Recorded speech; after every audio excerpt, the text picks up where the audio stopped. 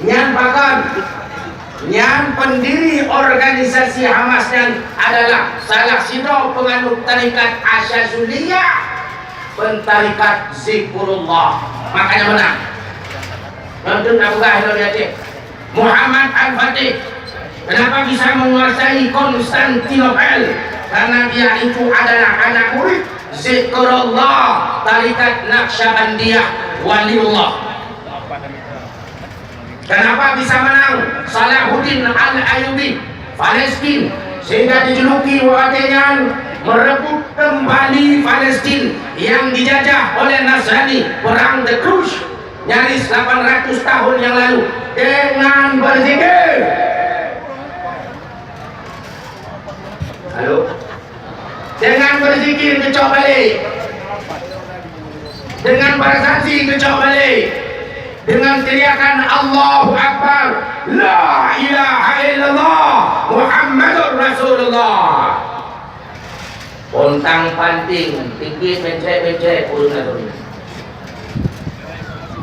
Nyan bidek ke Salahuddin Al-Ayyubi. Tengku Umar Johan Pahlawan dekat dengan orang-orang yang berzikir, dengan orang yang bermaulid. Pangeran Diponegoro Ulu Tarikat, Imam Bonjol Menancik, Tengku Umar Cut Nyatim adalah orang dekat dengan ulama, dengan mengamalkan tarikat-tarikat zikir. Sampai sekarang masih ada pertanyaan lamule masyarakat Aceh, paken jasad Cun Yakin tidak dikembalikan ke Nau Aceh.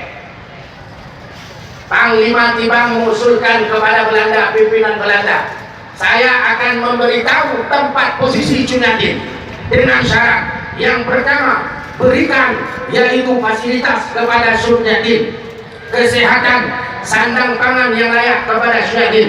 Yang ketiga, jika Cun Yakin wafat, bawa kembali pulang ke Aceh. Yang duanya dikabulkan oleh Belanda laknatilah, yang satunya tidak dikabulkan, nggak mau dibawa jasad Cun Yakin kemari ke Aceh.